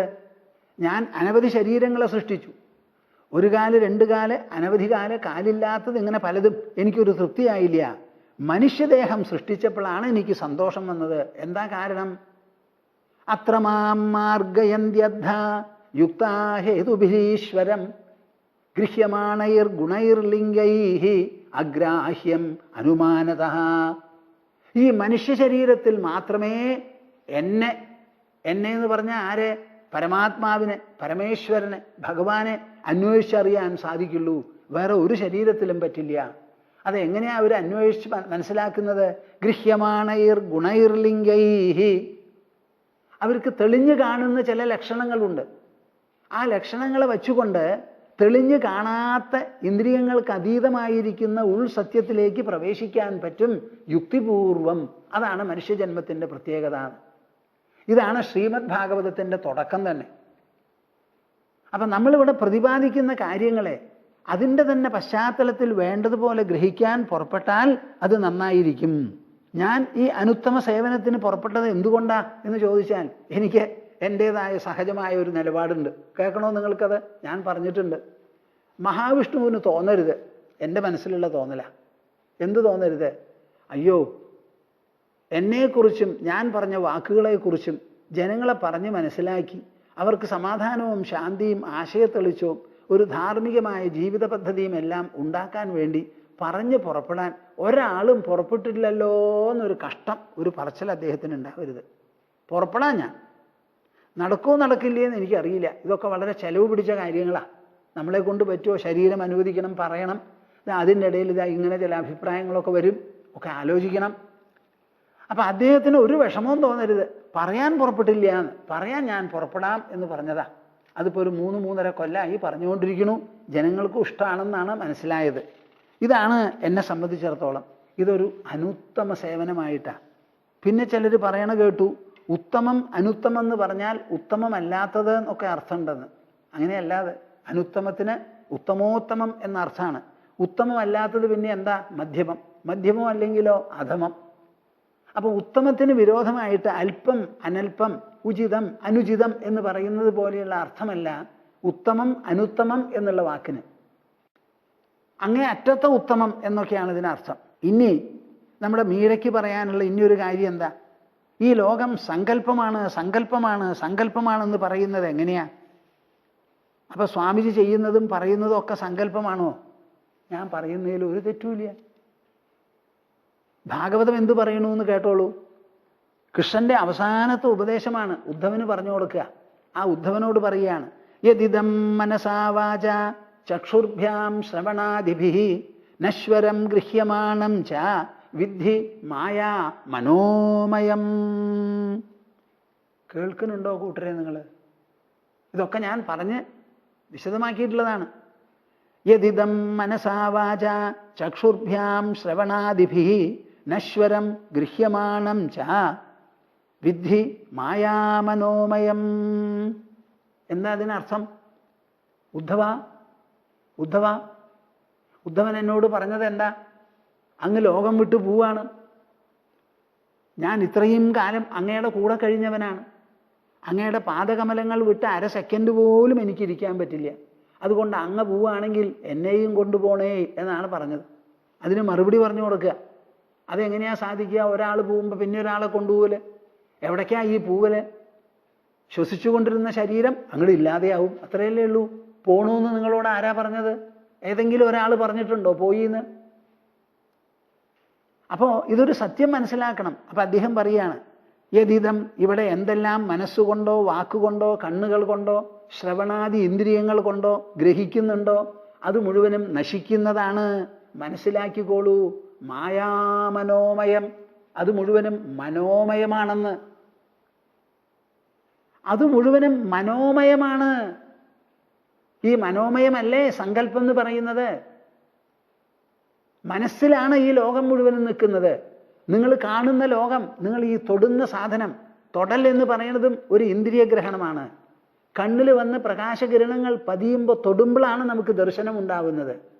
അതുമാതിരി ഇയർ ഡ്രമ്മിൽ വന്ന് തൊടുമ്പോഴാണ് ശ്രവണം ഉണ്ടാവുന്നത്. നാവിൽ തൊട്ടാലേ രസമുള്ളൂ, ത്വക്കിൽ തൊട്ടാലേ സ്പർശമുള്ളൂ. എല്ലാം തൊടലാണ്. അതുമാതിരി ഈ ലോകം മുഴുവനും ആ ലോകത്തിൽ നിന്ന് പ്രകാശകിരണങ്ങൾ വന്ന് തട്ടി ദർശനവും അനുഭവവും ഉണ്ടാവുന്നത് ഉള്ളിലാണപ്പാ.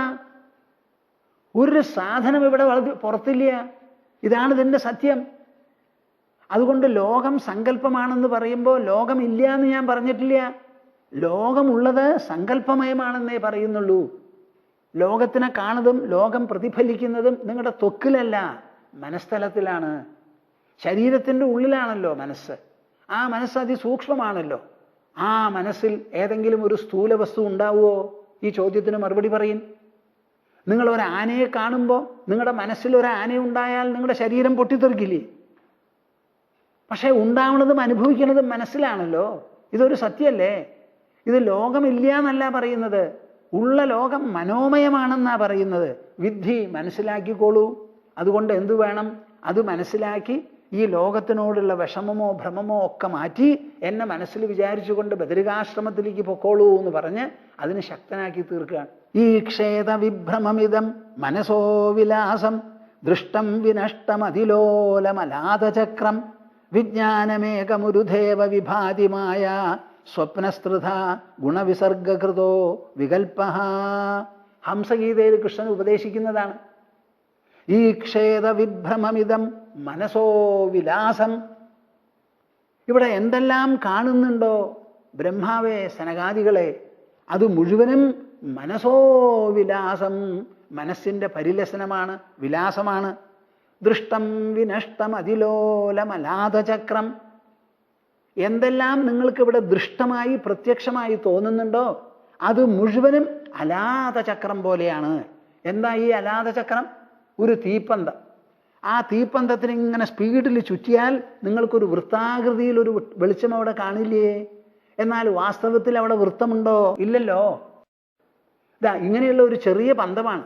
ആ പന്തം എങ്ങനെയാ വൃത്താകൃതിയിലാവുക? അത് സ്പീഡിൽ ചുറ്റിക്കഴിഞ്ഞാൽ കണ്ണിന് നോക്കിയാൽ നോക്കാൻ പറ്റില്ല, ഒരു വൃത്തമായി തീരും.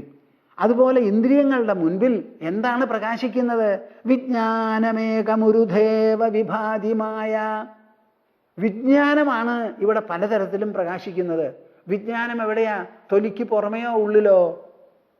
നമ്മുടെ ഉള്ളിലാണല്ലോ അറിവ്. ബോധതലം എന്ന് പറയുന്നത് ഉള്ളിലല്ലേ? ആ ബോധതലത്തിലാണ് ഇവിടെ പല വിധത്തിലുള്ള ഭ്രമങ്ങൾ ഉണ്ടാവുന്നത്. അനവധി ചിന്തകൾ, അനവധി വികാരങ്ങൾ, അനവധി ദർശനങ്ങൾ, ഭാവനകൾ, ഇത് മുഴുവൻ മനസ്സിലാണ്. സ്വപ്നസ്തൃത ഗുണവിസർഗകൃതോ വികൽപ്പ. ഇത് മുഴുവൻ സത്വം, രജസ്, തമസ് എന്ന് പറയുന്ന ഗുണങ്ങളുടെ വികൃതിയാണത് മുഴുവനും. എങ്ങനെയാണോ സനകാദികൾ ആ അരയന്നം പറഞ്ഞു കേട്ട് മനസ്സിലാക്കിയത്, അതുപോലെ നമ്മുടെ പ്രേക്ഷകരൊക്കെ മനസ്സിലാക്കണം. പരിശ്രമിച്ചോളൂ. പിന്നെ ദ്രൗപദിയുടെ വസ്ത്രാക്ഷേപ സമയത്ത് എന്തുണ്ടായി? ദ്രൗപദിയുടെ വസ്ത്രം ദുശാസനൻ പിടിച്ചു വലിച്ചു. ആ നിറഞ്ഞ സദസ്സ് മുഴുവനും നോക്കി നിന്നു. ദ്രൗപദി പറഞ്ഞു ഞാനത് കൂട്ടാക്കുന്നില്ല എന്ന്. അവസാനം ഒരാളും സഹായത്തിനെത്തിയില്ല. ആ ദ്രൗപദിയുടെ മനസ്സിൻ്റെ ഉള്ളിലുള്ള ആ ഭക്തി വൈഭവം കൊണ്ടാണ് അവിടെ ആ സാരിക്ക് നീളം കൂടിയ മാതിരി വന്ന് ദുശാസനൻ പിന്തിരിഞ്ഞത്. മഹാഭാരതല്ലേ ഈ കഥ വിവരിക്കുന്നത്. കേട്ടോളൂ, വേദവ്യാസൻ എന്തു പറയുന്നു? തതസ്തു ധർമ്മോന്തരിത പ്രഭാവോ സമാവൃണോദ്വൈ വിവിധൈഃ സുവസ്ത്രൈഃ. തതസ്തു ധർമ്മഃ അന്തരിതഃ. ആ ദ്രൗപദി അവിടെ മുറുകി പിടിച്ചത് എന്താ? ഒരു ധർമ്മമാണ്. ഞാൻ ഒരാളുടെയും ദാസ്യത്തിന് വശംവതയല്ല. എന്നെ വേറെ ഒരാളാണ് പണയം വെച്ചിരിക്കുന്നത്. ആ പണയം വെച്ച ആള് പന്തയത്തിൽ സ്വയം നഷ്ടപ്പെട്ടവനാണ്.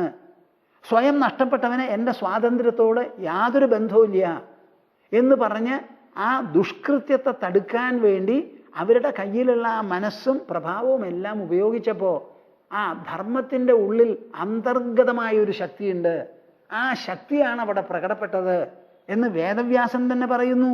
സമാവൃണോദ്വൈ വിവിധൈഃ സുവസ്ത്രൈഃ. അവിടെ അനവധി വസ്ത്രങ്ങൾ വന്നങ്ങോട്ട് കൂടിയെന്ന്. ഇത് ഞാനല്ല പറയുന്നത്, വ്യാസദേവനാണ്. എനിക്കും അത് ഇഷ്ടമാണ് പറയണത്. ഇനി ഈ സമയത്ത് കൃഷ്ണൻ ഉണ്ടായിരുന്നില്ല അവിടെ. അദ്ദേഹം തന്നെ എന്താ പറയണത്? ഇപ്പം മീര വിഷം കുടിച്ചു, അമ്മായിയമ്മ കൊടുത്തപ്പോൾ കുടിച്ചു. അവര് ഭക്തിയുടെ പേരിലാണ് കുടിച്ചത്. അമ്മായിയമ്മയോട് ഞാൻ ഒന്നും പറയില്ല, അവർക്ക് ഈ വിഷം ഞാൻ കുടിക്കണം എന്നല്ലേ വിചാരം. മേടിച്ചു, അങ്ങോട്ട് കുടിച്ചു. ആ വിഷത്തിന് ഒരു ശക്തി ഉണ്ടായില്ല മീരയുടെ ശരീരത്തിൽ. നിഷ്പ്രഭമായി അത്. എന്താ? ആ ഭക്തിയുടെ പേരിൽ. നമ്മുടെ ഉള്ളിൽ നമ്മൾ താങ്ങി നടക്കുന്നത് ആരെയാ? അഖില ചരാചരങ്ങളിലും പ്രതിഫലിക്കുന്നതും പ്രസരിക്കുന്നതുമായ വലിയൊരു വൈഭവം, അതിൻ്റെ തരംഗമാണ് നമ്മുടെ ഉള്ളിൽ. ഈ ലോകം മുഴുവനും ഊഞ്ഞാലാടുന്നത് അതിൻ്റെ മുകളിലാണ്. ആ ഒരു വൈഭവത്തെ നാം ഉള്ളിൽ വെച്ചുകൊണ്ടിരിക്കുമ്പോൾ അതിന് വിഷം അമൃതാക്കാൻ ഒരു വിഷമവും ഇല്ല, മറിച്ചാക്കാനും വിഷമില്ല. നമ്മുടെ മനസ്സിൽ ആ വിശ്വാസമോ ആ ഉറപ്പോ വേണം. ദ്രൗപദിയിൽ അത് ഉണ്ടായി. ഈ സംഭവങ്ങളൊക്കെ കഴിഞ്ഞു. രണ്ടാമതും ചൂത് കളിച്ചു. എല്ലാവരും കാട്ടിലേക്ക് പോയി. ഈ വർത്തമാനം കൃഷ്ണൻ ഉടനെ മനസ്സിലാക്കണം. അദ്ദേഹം പോയിരുന്നത് എങ്ങടാ പറയണു? കൃഷ്ണൻ തന്നെ ശാൽവനെ വധിക്കാൻ വേണ്ടി ഞാൻ സൗഭനഗരത്തിലേക്ക് പോയിരിക്കുകയാണ്. ശാൽവൻ വിമാനത്തിലെത്തി യാദവരെ തട്ടിക്കൊണ്ടുപോയിരുന്നു. ആ നിലയ്ക്ക് ഞാൻ അവിടെ ഓടിച്ചെന്നതാ. ഈ വർത്തമാനം ഞാൻ അറിഞ്ഞില്ല എന്ന് പറഞ്ഞ് അറിഞ്ഞുടനെ വനത്തിൽ ചെന്ന് ദ്രൗപദിയെയും കൂട്ടരെയും കണ്ട് സമാധാനിപ്പിക്കാൻ പോയതാ. അദ്ദേഹം പറയുന്ന വാക്കുകളാണ്.